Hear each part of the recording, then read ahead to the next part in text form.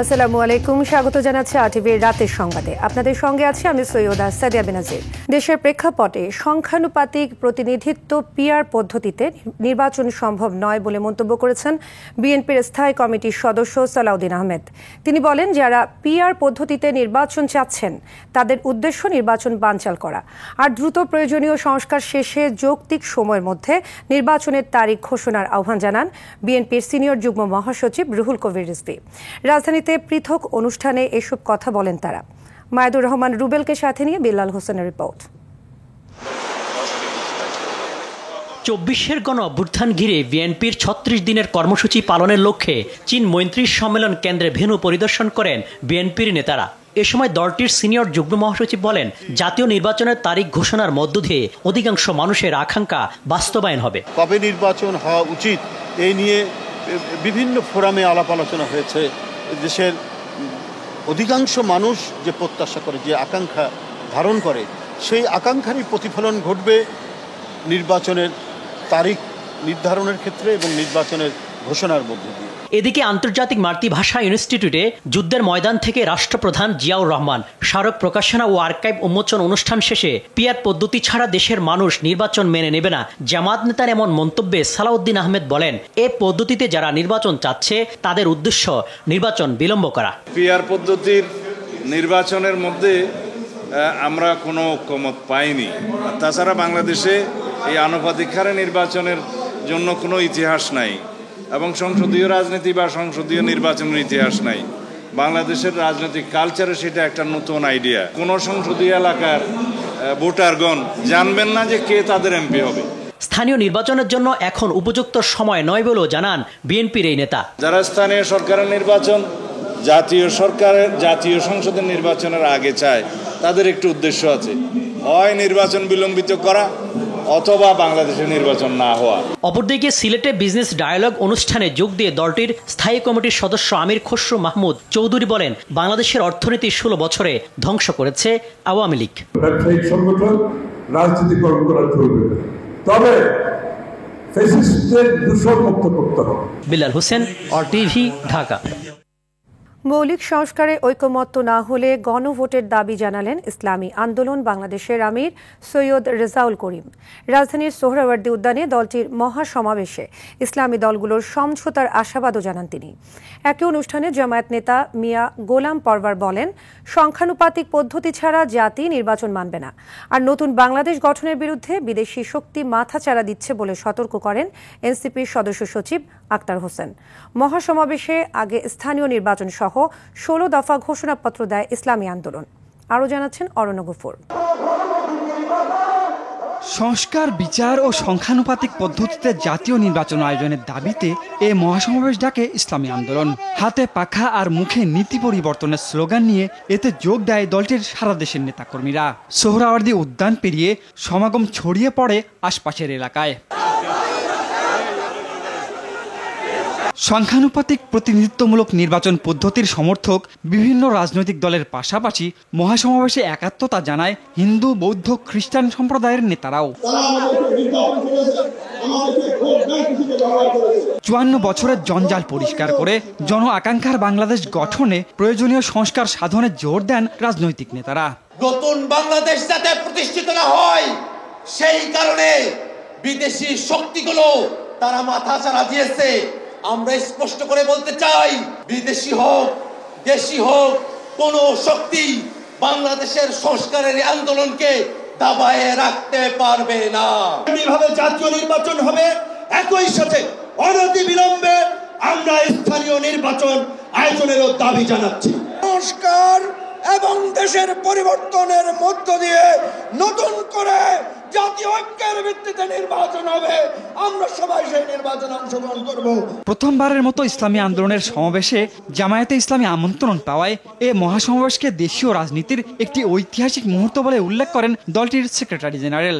এই জনসমুদ্র থেকে এই বার্তা যদি আপনারা বুঝতে ভুল করেন, পিআর পদ্ধতি ছাড়া নির্বাচন বাংলার মানুষ গ্রহণ করবে না। ইসলামী দলগুলো ঐক্যবদ্ধ হলে আগামীতে ক্ষমতায় যাবার আশাবাদ জানায় ইসলামী আন্দোলনের শীর্ষ নেতারা। সংস্কারে গড়িমসিকে জুলাইয়ের সঙ্গে বিশ্বাসঘাতকতা আখ্যা দেন দলটির আমির। মৌলিক সংস্কারে কেউ কেউ গড়িমসি করছে, এটা জুলাইয়ের সাথে বিশ্বাসঘাতকতা।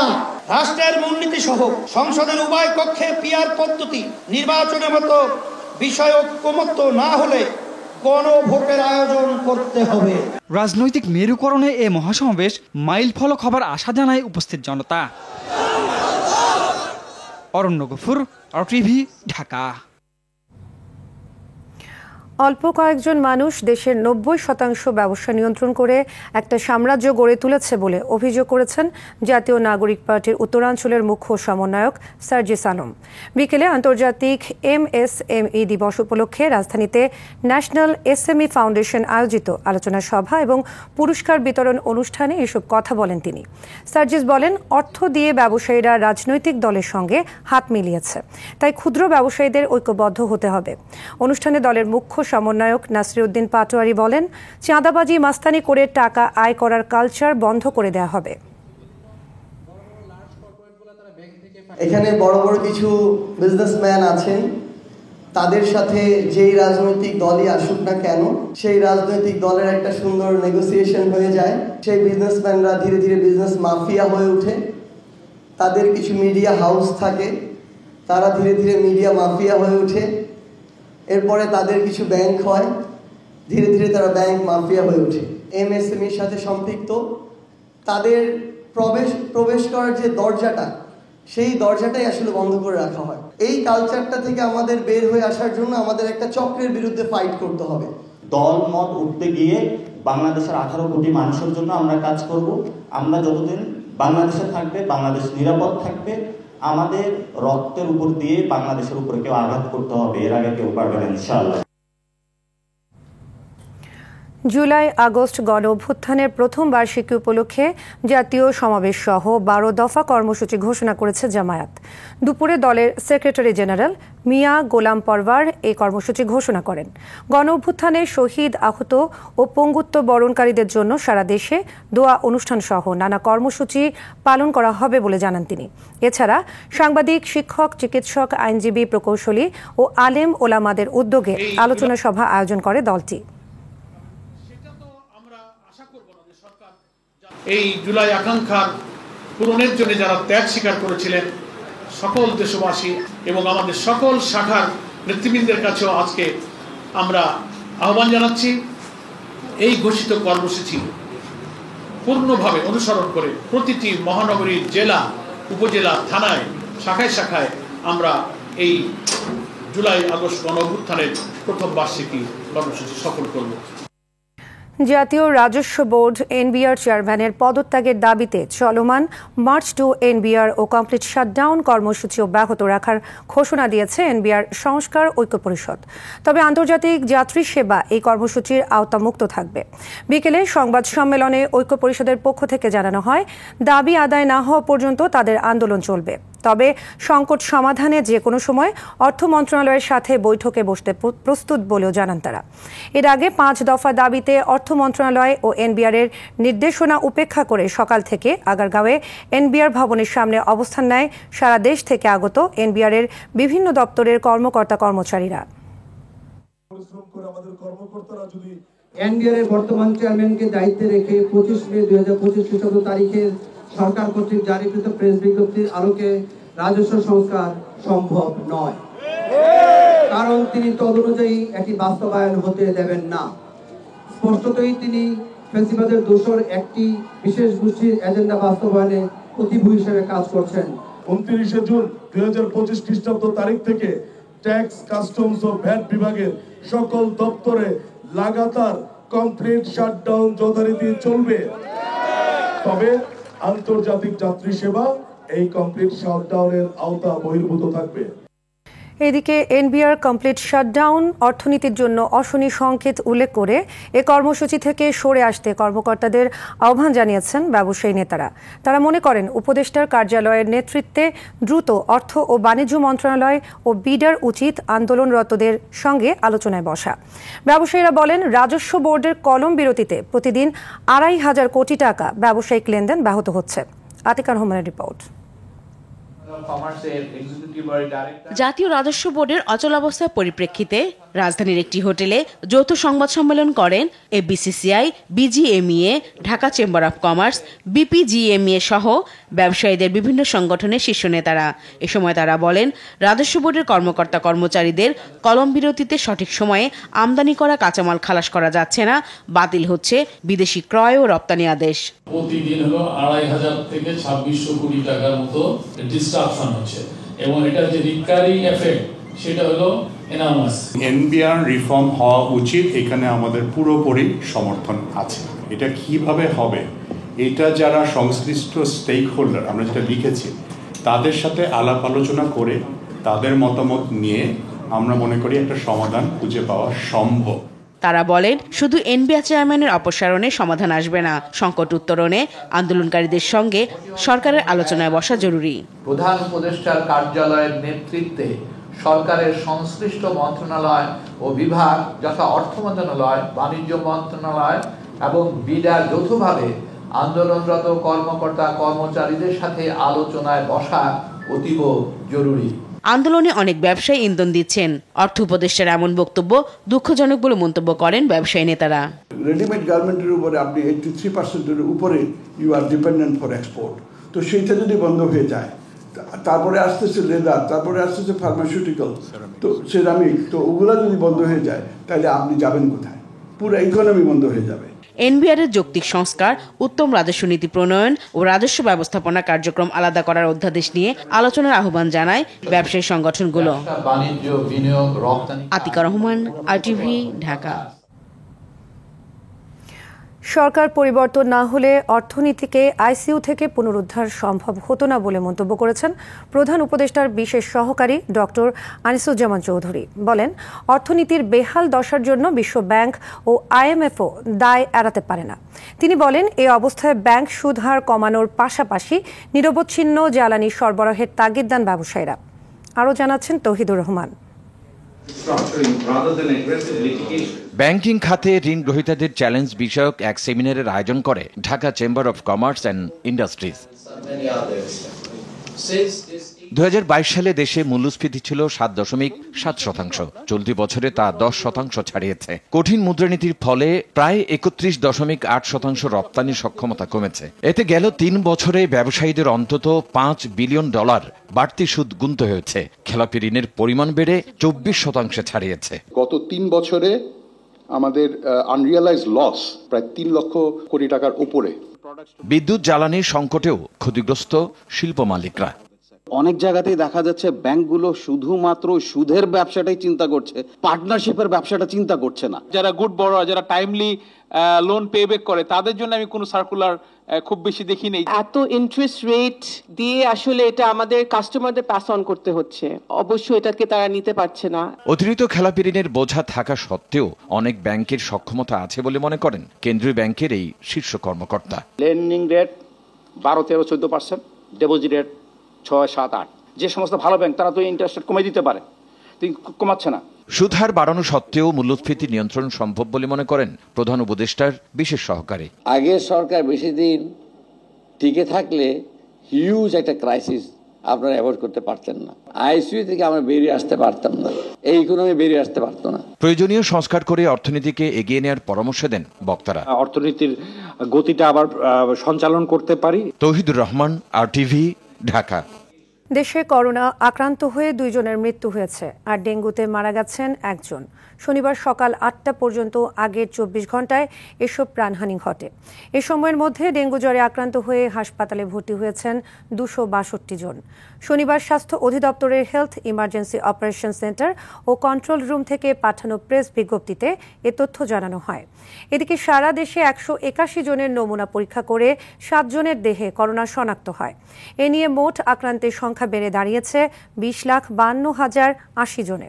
আর নতুন করে 2 জনের মৃত্যু হওয়ায় মৃতের সংখ্যা দাঁড়িয়েছে 29,521 জন। রাজধানীর সড়কে ব্যাটারি চালিত অটোরিকশার চলাচল নিয়ন্ত্রণের উদ্যোগ নিয়েছে সরকার। পল্টন, ধানমন্ডি এবং উত্তরায় প্রাথমিকভাবে চলবে বুয়েটের তৈরি 3 চাকার ব্যাটারি চালিত ই রিকশা। ধীরে ধীরে সেই সড়কে বন্ধ হবে আগের ব্যাটারি চালিত সব অটোরিকশা। অনিয়ম ও দুর্নীতি কমাতে চালক ও গাড়ির লাইসেন্স অনলাইনে করার কথা জানান উপদেষ্টা আসিফ মাহমুদ। সাকিবুর রহমানের রিপোর্টে দেখুন বিস্তারিত। ঢাকা শহরে প্রতিদিন কত রিকশা চলাচল করে তার প্রকৃত সংখ্যা জানে না কেউই। এতে বিস্ফোরা হিসেবে যুক্ত হয়েছে ব্যাটারি চালিত অটোরিকশা। অলিগলি পেরিয়ে মূল সড়কেও তাদের অবাধ চলাচল। সরকারের পক্ষ থেকে কয়েকবার অবৈধ এসব ব্যাটারি চালিত অটোরিকশা নিয়ন্ত্রণের উদ্যোগ নেওয়া হলেও সফলতা আসেনি কোনোবার। এবার বুয়েটের তৈরি ই রিকশার অনুমোদন দিতে যাচ্ছে 2 সিটি কর্পোরেশন। শনিবার ঢাকা উত্তরের নগর ভবনে ট্রেনিং অব ট্রেনার্সের প্রশিক্ষণের উদ্বোধনে 2 সিটির প্রশাসক জানান, আগস্টের প্রথম থেকে চলাচল করবে নতুন এই রিকশা। ধাপে ধাপে অবৈধ অটোরিকশার নিয়ন্ত্রণে নিয়ে আসতে চায় সিটি কর্পোরেশন। এটি আমরা চালু করি তাহলে হবে যেটা যে আমরা ঢাকা শহরের যে এই যে একটা হ্যাজার্ড অবস্থা, বিশেষ করে এই রিকশা এবং ভ্যান, এটাকে আমরা একটা রেগুলেশনের আওতায় আনতে পারবো। হয়তো এটা একদিনে হবে না, আমাদের সময় লাগবে, তবে আজকে শুরু হলো। অগাস্ট মাসের প্রথম সপ্তাহ থেকে আমরা এটা মার্কেটে দেওয়া শুরু করবো এবং অগাস্ট মাসের প্রথম থেকেই অন্য যে রিকশাগুলো এই জোনে থাকবে তাদের চলাচলটা আস্তে আস্তে গ্র্যাজুয়ালি রেস্ট্রিক্টেড করব। প্রাথমিকভাবে ঢাকা দক্ষিণ সিটির পল্টন ও ধানমন্ডি এবং উত্তর সিটির উত্তরায় বুয়েটের তৈরি 3 চাকার ব্যাটারি চালিত ই রিকশা চলবে বলে জানান উপদেষ্টা আসিফ মাহমুদ সজীব ভুইয়া। ঢাকা দক্ষিণ সিটি কর্পোরেশনের অধীনে পল্টন এবং ধানমন্ডি অঞ্চল এবং উত্তর সিটি কর্পোরেশনের অধীনে উত্তরা, এই 2টা অঞ্চলকে দিয়ে আমরা আমাদের কাজটা শুরু করব। চালকের লাইসেন্স এবং গাড়ির লাইসেন্স পুরো প্রক্রিয়াটা আমরা অনলাইনে নিয়ে আসছি। 3 চাকার নতুন এই রিকশা সর্বাত্মকভাবে চালু করতে পারলে ঢাকা শহরের পরিবহনকে শৃঙ্খলার মধ্যে আনা সম্ভব বলে মনে করেন সংশ্লিষ্টরা। রিকশা অ্যাপ নামে আমরা। সাকিবুর রহমান, RTV, ঢাকা। বাণিজ্যিক ও আর্থিক মূল্য বিবেচনায় গণমাধ্যমগুলোকে উদ্দেশ্য প্রণোদিত ভাইরাল খবর প্রচারের চিন্তাধারা থেকে বের হওয়ার আহ্বান জানিয়েছেন প্রধান উপদেষ্টার তথ্য প্রযুক্তি বিষয়ক বিশেষ সহকারী ফয়েজ আহমেদ তৈয়ব। তা না হলে গণমাধ্যমগুলো বিশ্বাসযোগ্যতা হারাবে বলে মনে করেন তিনি। সকালে বাংলাদেশ প্রেস ইনস্টিটিউটের সেমিনার কক্ষে PIB আয়োজিত এক সেমিনারে একথা বলেন তিনি। অপতথ্যের বিভ্রান্তি এড়াতে গণমাধ্যমগুলোর IT বিভাগে জনবল বাড়াতে মালিক সম্পাদকদের পরামর্শ দেন প্রধান উপদেষ্টার বিশেষ সহকারী। PIBর মহাপরিচালক ফারুক ওয়াসিফের সভাপতিত্বে সেমিনারে মূল প্রবন্ধ উপস্থাপন করেন EBL-ICTর প্রকল্পের পরামর্শক ডক্টর মামুনুর রশিদ।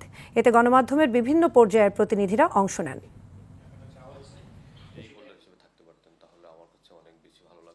একটা কাউন্টার ন্যারেটিভ প্রডিউস করার জন্য একটা ভিডিও বানালো। এখন এই ভিডিওটা আমি বলছি যে ভাইরাল যেই ঘটনাটা ঘটেছে, ভাইরাল তার তো লাইফ সাইকেল একদিনের মধ্যে শেষ। আপনি অনেক খরচ টরচ করে 2 দিন পরে ভিডিও বানালেন, যে ভিডিওতে আপনার ন্যারেটিভের প্রেজেন্স নাই, ইন্টেলেকচুয়াল কন্ট্রিবিউশন নাই এবং একই সাথে জার্নালিস্টিক যে অ্যাট্রিবিউটগুলো আছে সেগুলো নাই। তাহলে আপনার যে ইনভেস্টমেন্টটা, এই ইনভেস্টমেন্টটা তো বিফলে গেল। সোসাইটিটা আন্ডারস্ট্যান্ডিং দরকার, মিডিয়ার সাথে পলিটিক্যাল পার্টির স্টেক হোল্ডার হিসাবে একটা আন্ডারস্ট্যান্ডিং দরকার। যে আমি তো মনে করি পত্রিকারও সেন্টিমেন্ট অ্যানালাইসিসের টুল দরকার। উপজেলা পর্যায় থেকে BCB ট্যালেন্ট হান্ট শুরু করবে বলে জানিয়েছেন বাংলাদেশ ক্রিকেট বোর্ড সভাপতি আমিনুল ইসলাম বুলবুল। বাংলাদেশের টেস্ট মর্যাদা অর্জনের 25 বছর উদযাপনে সকালে রংপুর ক্রিকেট গার্ডেনে আয়োজিত উৎসবে তিনি কথা বলেন। এ সময় তিনি আরও বলেন, সঠিক অবকাঠামোর অভাবে অনেক প্রতিভা নষ্ট হচ্ছে, তাই ক্রিকেটকে বিকেন্দ্রীকরণ করে সেসব প্রতিভাদের খুঁজে বের করা হবে। রংপুরে আন্তর্জাতিক মানের ক্রিকেট স্টেডিয়াম ও একাডেমি সহ খেলোয়াড়দের জন্য সব ধরনের সুযোগ সুবিধার দ্বার উন্মুক্ত করতে এ সময় প্রতিশ্রুতিও দেন বোর্ড সভাপতি।